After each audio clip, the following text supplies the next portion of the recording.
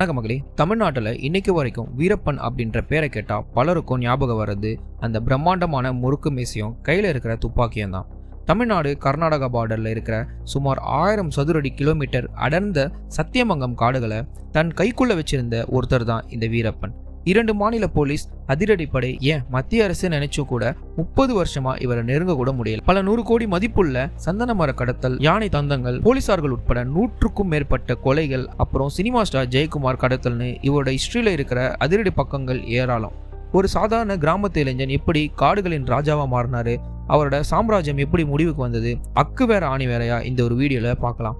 நான் உசேன் அகமத். நம்ம சேனலை சப்ஸ்கிரைப் பண்ணி சப்போர்ட் பண்ணுங்க. 1952ஆம் ஆண்டு கர்நாடகா பார்டர்ல இருக்கிற கோபிநத்தம் அப்படின்ற ஒரு சின்ன கிராமத்துல ஒரு சாதாரண ஏழை குடும்பத்துல பிறந்தவர் தான் கூஸ் முனிசாமி வீரப்பன். சின்ன வயசுல இருந்து இவருக்கு காடுகளும் அங்க இருக்கிற மிருகங்களும் அத்துப்படி. இவரோட 10 அல்லது 12 வயசுல இவரோட மாமாவான சேவி கவுண்டர் கூட சேர்ந்து காட்டுக்குள்ள வேட்டையாட கிளம்பினாரு. ஆரம்பத்துல காடுகள்ல இருக்கிற யானைகளை வேட்டையாடி அதோட தந்தங்களை விற்க ஆரம்பிச்சார் வீரப்பன். தன்னோட வாழ்நாளில் மட்டுமே கிட்டத்தட்ட 2000க்கும் மேற்பட்ட யானைகளை இவர் வேட்டையாடினதா சொல்லப்படுது. அதுக்கப்புறம் காடுகளில் இருக்கிற விலை மதிப்பற்ற சந்தன மரங்கள், அதாவது சாண்டல்வுட்டை வெட்டி கடத்துற பிசினஸ்ல இறங்கினார். 1970 மற்றும் 80களில் இந்தியாவோட மிகப்பெரிய சந்தன கடத்தல் மன்னனா வீரப்பன் உருவெடுத்தார். இவரோட நெட்வொர்க் எந்த அளவுக்கு பெருசுனா, இவரோட சம்மதம் இல்லாம காட்டுக்குள்ள ஒரு பறவை கூட நுழைய முடியாது அப்படின்ற ஒரு நிலை உருவாச்சு. நாளடைவில் வீரப்பனோட கடத்தல் தொழிலுக்கு போலீசார் பெரும் தொந்தரவா மாறி போனாங்க. தன்னை எதிர்க்க நினைச்ச வனத்துறை அதிகாரிகள் மற்றும் போலீசார்களை தேடி தேடி வேட்டையாட ஆரம்பிச்சாரு.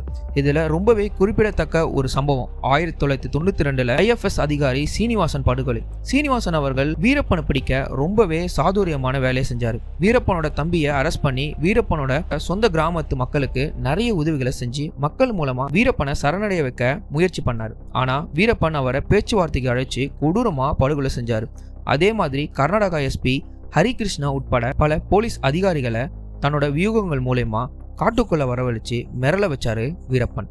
மொத்தமா 184 பேரை வீரப்பன் கொலை செஞ்சதா அதிகாரப்பூர்வமான வழக்குகள் சொல்லுது. இதுல பாதிக்கும் மேல போலீஸ் மற்றும் வனத்துறை அதிகாரிகள். நிலைமை கை மீறி போனதை உணர்ந்த தமிழ்நாடு அரசாங்கங்கள் வீரப்பனை பிடிக்க பிரத்யேகமா அதிரடிப்படை ஒன்று அமைச்சாங்க. அதுதான் ஸ்பெஷல் டாஸ்க் ஃபோர்ஸ் STF அப்படின்ற ஒரு அமைப்பை உருவாக்கினாங்க. நூற்றுக்கணக்கான போலீசார்கள் காடுகளுக்குள்ளேயே தங்கி வீரப்பனை தேட ஆரம்பிச்சாங்க. ஆனா வீரப்பனை பிடிக்கிறது அவ்வளவு சாதாரணமான விஷயம் இல்லை. ஏன்னா சத்தியமங்கலம் மற்றும் மாதேஸ்வரம் மலைகளோட ஒவ்வொரு அங்குலமும் வீரப்பனுக்கு அத்துப்படி.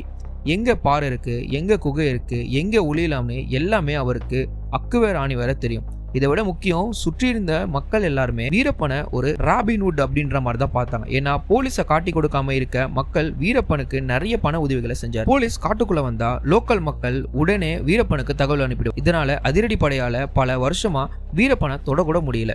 வீரப்பனோட ஹிஸ்டரியில மிக முக்கியமான திருப்புமுனை அவர் பண்ண சில VIP கடத்தல்கள் தான். 1997ஆம் ஆண்டு காட்டுக்குள்ள ஆராய்ச்சி செய்ய வந்த 9 வனத்துறை அதிகாரிகளை கடத்தி அரசாங்கத்துக்கு டிமாண்ட் பண்ணாரு. ஆனா இதையெல்லாம் விட ஒட்டுமொத்த இந்தியாவையும் அதிர வச்ச சம்பவம் 2000ஆவது வருஷம் ஜூலை மாசம் நடந்துச்சு. கன்னட திரையுலகின் உச்ச நட்சத்திரமா இருந்த சூப்பர் ஸ்டார் ராஜ்குமார் அவர்களை அவரோட பண்ணை வீட்டுக்கே போய் அசால்ட்டா கடத்திட்டாரு வீரப்பன். இந்த மேட்ரு இப்போ இந்திய அளவுல மிகப்பெரிய பதற்றத்தை உருவாக்குச்சு. கர்நாடகாவில் இருக்கிற தமிழர்களுக்கு ஏதும் ஆபத்து வந்துடுமோன்னு 2 மாநில முதலமைச்சர்களும் நடுங்கினாங்க. நக்கீரன் பத்திரிகையாளர் கோபால் காட்டுக்குள்ள தூது போய் வீரப்பன் கூட பேச்சுவார்த்தை நடத்தினார். கிட்டத்தட்ட 108 நாட்கள் ராஜ்குமாரை தன் கட்டுப்பாட்டில் வச்சிருந்த வீரப்பன் சில நிபந்தனைகளுக்கு அப்புறம் தான் அவரை ரிலீஸ் பண்ணாரு. அதே மாதிரி 2002ல கர்நாடகா முன்னாள் அமைச்சர் நாகப்பாவையும் கடத்தினார். ஆனா துரதிருஷ்டவசமா அவர் காட்டுக்குள்ளேயே இருந்து போனார். ராஜ்குமார் கடத்தலுக்கு அப்புறம் இனிமேல் விட்டா வேலைக்கு ஆகாது அப்படின்னு தமிழ்நாடு அரசு அதிரடிப்படையை மொத்தமா ரீஃபில்ட் பண்ணாங்க. 2004 அதிரடிப்படையோட தலைவரா ADGP விஜயகுமார் IPS அவர்கள் பொறுப்பேற்றார். அவர் வந்த உடனே வீரப்பனை பிடிக்க ஒரு மாஸ்டர் பிளான் போட்டார். அதுதான் ஆபரேஷன் காக்டஸ் லில்லி. வீரப்பனுக்கு அப்போ வயசாயிடுச்சு, கண்ணுலையும் ஒரு பிரச்சனை இருந்தது. இதை கண்டுபிடிச்ச அதிரடிப்படை காட்டுக்குள்ளேயே ரகசிய இன்ஃபார்மரை செட் பண்ணி வீரப்பனோட கேங்குள்ளேயே போலீஸ் ஆட்களை ஊடுருவ வச்சாங்க.